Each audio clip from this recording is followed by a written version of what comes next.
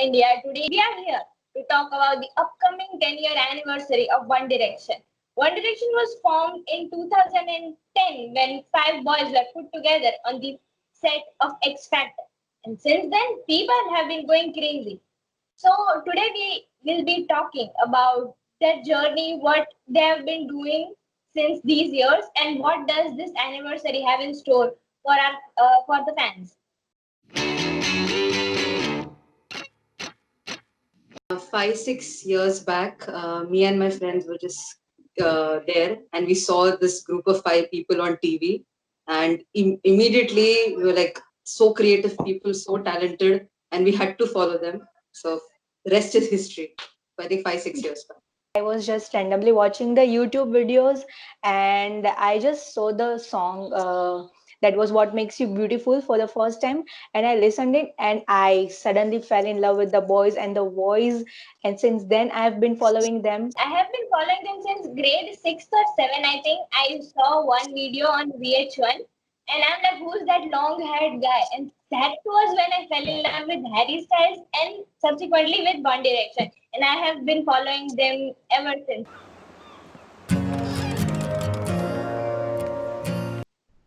Made in the AM, favorite album forever. It is so emotional also because last, allegedly, till now. So, and favorite song will be History, emotional as hell. And even Drag Me Down is perfect.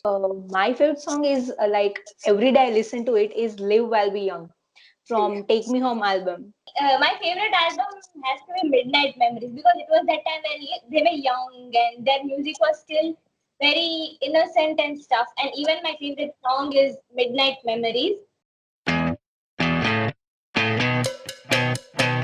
When we had that Tata Sky, so that time there used to be one function called Showcase. So in that you could see movies or anything like that. So One Direction's This Is Us had been premiered there. So I had purchased it from 10 o'clock in the morning till night on loop. I was just watching that with my friends continuously on loop. So I think that was a hit too much. The craziest fangirl moment was like I was in the high school and the girls' washrooms wall, और मैंने उस पर like really on the very big font I've written Zayn Malik, and also she has written Harry Styles, right? And it was so huge, like everybody knows कि इधर Zayn Malik लिखा है, and उस floor के सारी girls we were like you have written right, you have written right, and ऐसे ऐसे करके principal को भी पता चल गया था. So I was scolded very badly for that. I narrowly escaped that incident.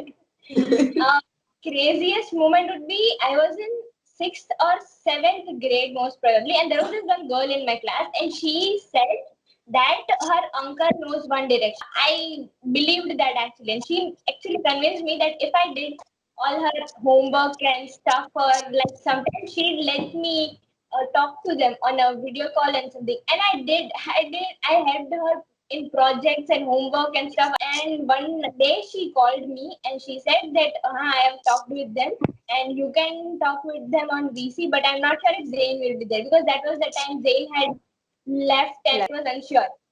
So she said that I'm not sure about Zayn, but the other five boys will be there. So you can talk, but hardly 5 to 10. I'm like, that's all I need. And I was so this exact same bed behind me. I was clutching my phone like this and I was jumping on the bed. And then I hit my head on the ceiling. On the ceiling. So that has to be the craziest thing I ever did.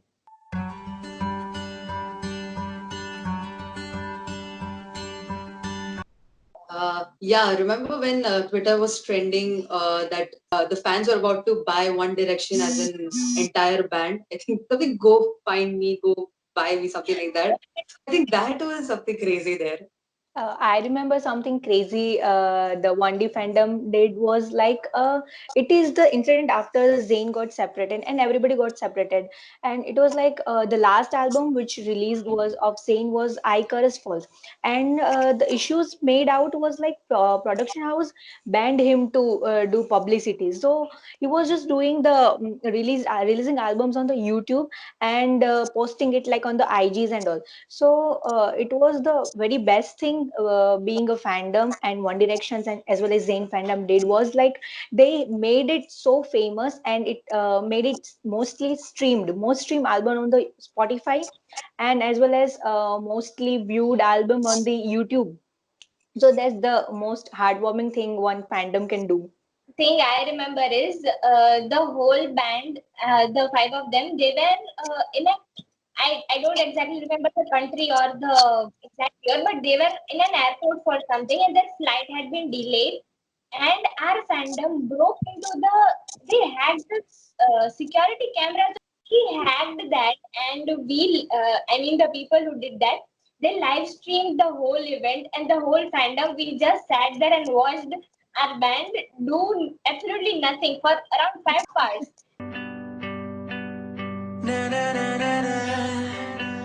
I mean, see, before they were together, there was a lot of internal monopoly.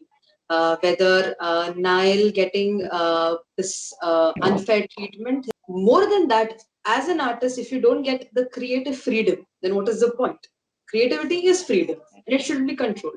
So, One Direction's management somewhere down the line was controlling it. So, I feel that all aspects led to this eventual split up. Could be one of the reason too. So I think if this all reasons will be carried down, then there is no point of them reuniting. Exactly. Like modest was the biggest issue we had with all that was going on. I remember even when the band was together, when the five of them were together, there were rumors that Harry and Louis are dating of the Larry Stylinson. And Modest was kind of not happy with that because the music was supposed to cater to 15, 16, 17-year-old girls.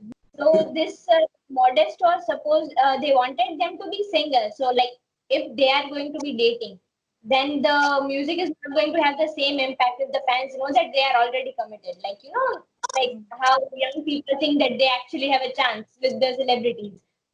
So they are happy as a solo. They can just collab once in a while and we'll all be happy. But if they're coming back means going back into that mental torture chamber, then they are better off alone.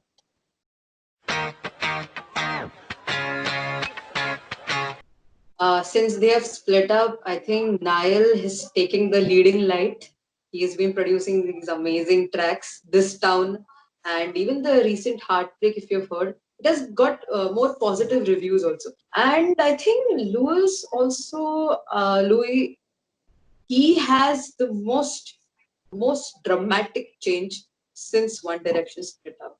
I mean, I can't even imagine what upheavals he had in his life, losing his family and building a new family. So that he's really a role model, definitely. And Louis is also one kind of person who stays strong. And One Direction was like that with me.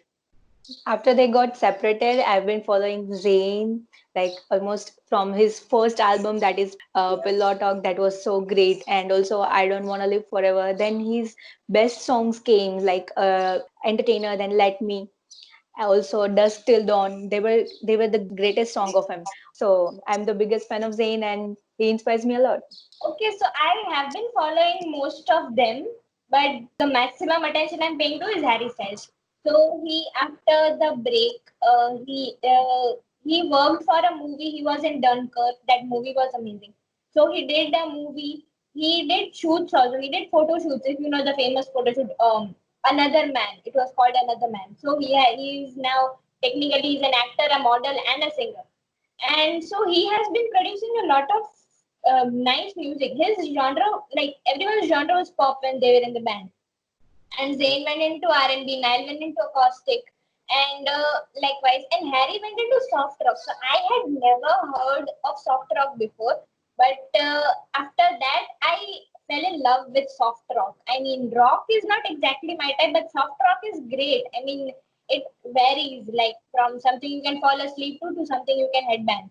And he has got a great band. He works with mostly female artists. His drummer, the guitar lead, everyone is female, and he just says that he loves working with women. Harry has been inspiring me the most with his recent hashtag that was trending, treat people with kindness.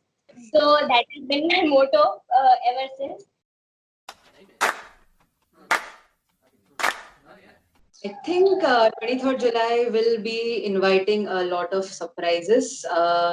There'll be I hope so, there will be these unheard videos and all which we couldn't see, and the behind the scenes. I think that's what speculations are also going on. So I hope, cross my fingers, that's what is going to happen, hopefully.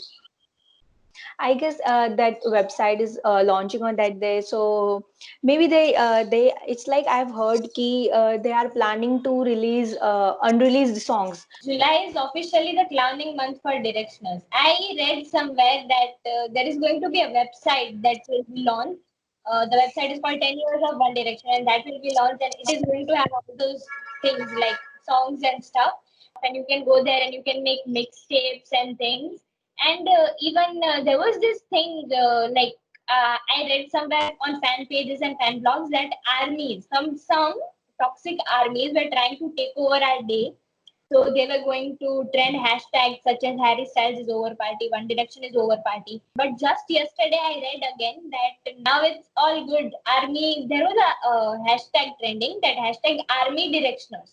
So of course there are a lot of armies who are directional also. So it's very nice. And even I remember there was the website that used to sell the concert tickets for One Direction back in the day. That website started again, and there were news articles kind of thing on that there will be another One Direction concert in 2020 December, and they were just showing that there will be a concert, nothing else, that prices, places, nothing else, just that much. So there is a lot of things in store for One Directioners on 23rd of July, and I hope it turns out great. And lastly, thank you for watching this video. And if you liked this video, then like, comment, share, subscribe to Take Two, and keep coming back for more such content. Goodbye.